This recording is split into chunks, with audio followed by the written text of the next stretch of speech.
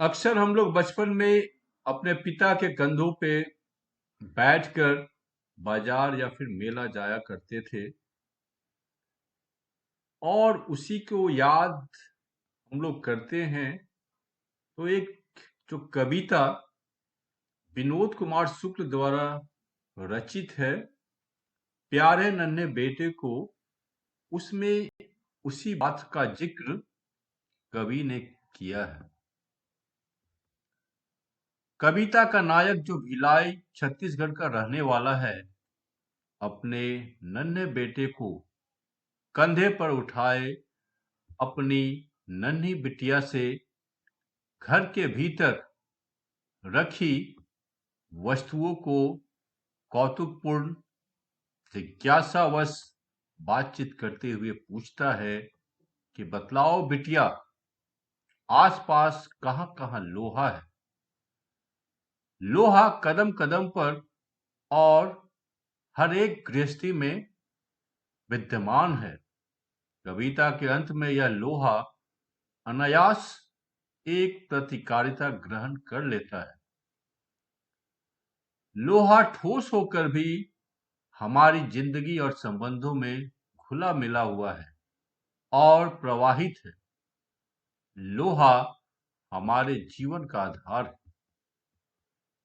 तो अक्सर पिता अपनी पुत्री या फिर बेटी को भी कंधे पे बिठाकर घुमाते हैं, प्यारे नन्हे बेटे को।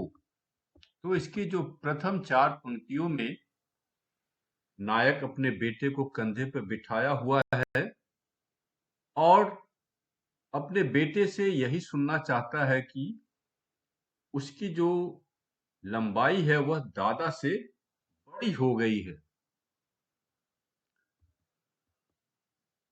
फिर अपनी बिटिया से वो सवाल पूछता है कि बतलाओ हमारे आसपास कहां कहां लोहा है। तो बिटिया रानी झटपट इसका उत्तर देती है, लोहा चिमटे में है, करछुल में है, सिकड़ी यानी जंजीर में है, सणसी में है, दरवाजे की सांकल में है और दरवाजे और चौखट को जोड़ने वाला कब्जे में जो कील धसी हुई है वह भी लोहा है। तो ये सारे जो उत्तर है झटपट बिटिया रानी बोलेगी। आगे फिर रुककर वह याद करेगी कि भाई लोहा और कहां कहां है। तो बाहर में दो खंभों के बीच में भैया की गीली चड्डी जो सूख रही है, तो वो जो तार बंधा हुआ है वह भी लोहे की है। अक्सर हम लोग कभी कपड़ा फट जाता है तो सेफ्टी पिन का इस्तेमाल करते हैं। तो सेफ्टी पिन भी याद करेगी बिटिया की, सेफ्टी पिन भी लोहे की है। और उसके जो पिता साइकिल चलाते हैं वह भी पूरी तरह लोहे की बनी हुई है। और फिर आसपास वो ध्यान करेगी, सोचेगी कि भाई लोहा और कहां कहां है। बिटिया दुबली पतली तो है, लेकिन उसकी जो बुद्धि है तेज गति से चलेगी और वह सोचेगी कि भाई लोहा हमारे आसपास कहां कहां है। फिर आगे नायक याद दिलाता है अपनी बिटिया को, वो सिखलाएगा कि देखो लोहा फावड़े में है, टंगिया में है, कुदाली में है, बंसुली में है, खुरपी में भी लोहा है और जो पास में बैलगाड़ी खड़ी है उसके चक्के के ऊपर लोहे का पट्टा लगा हुआ है, वह भी लोहे की है। और बैल के गले में जो कांसे की घंटी के अंदर एक लोहे की गोली है, वह भी लोहे की है। और इतने में पत्नी भी अपनी बिटिया को लोहे की जानकारी देने के लिए घर से बाहर निकल जाती है, और वो भी चारों लोग सम्मिलित रूप से लोहे को खोजते हैं। नायक, नायक की पत्नी, बिटिया और उनका बेटा। फिर नायक की पत्नी अपनी बिटिया को समझाएगी कि सामने जो कुआं है उसके बगल में देखो बाल्टी रखी हुई है, वह भी लोहे की है। और कुएं में जो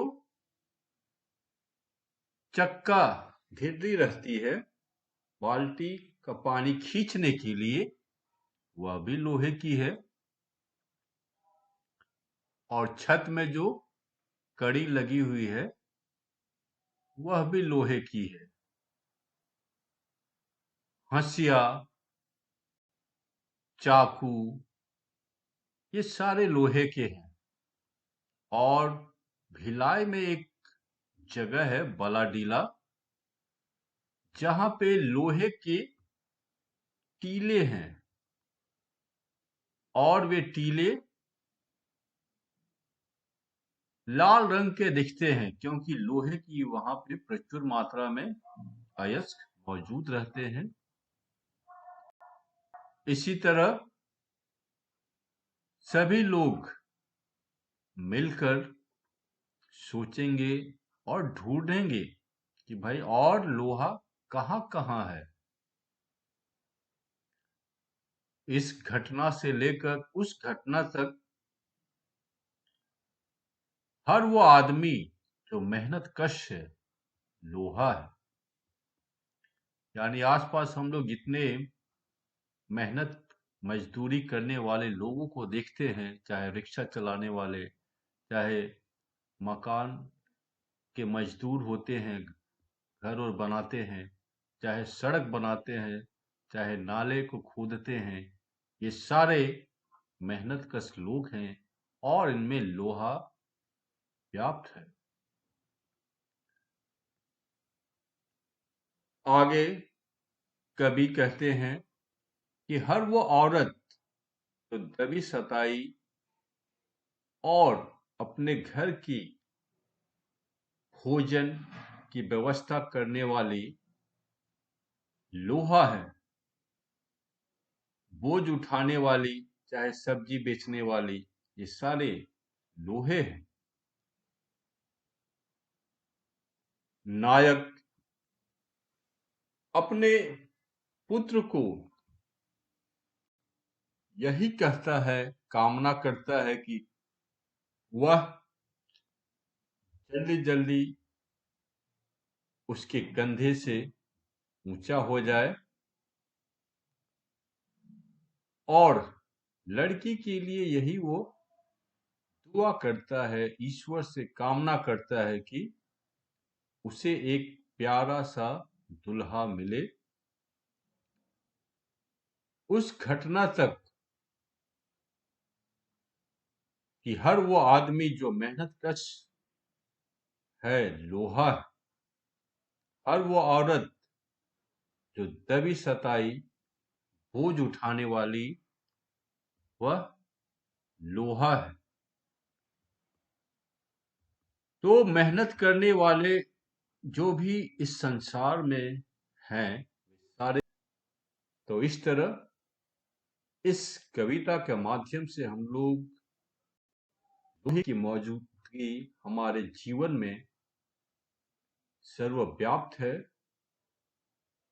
और स्त्री को लोहा का प्रतीक माना जाता है जो मेहनत कश होती है। इस प्रकार पिता अपने पुत्र और पुत्री को लोहे की विशेषताओं को बतलाता है, कि कैसे लोहा हमारे साथ घुला मिला हुआ है, इतना ठोस होकर भी वह हमारे जीवन में घुला मिला है।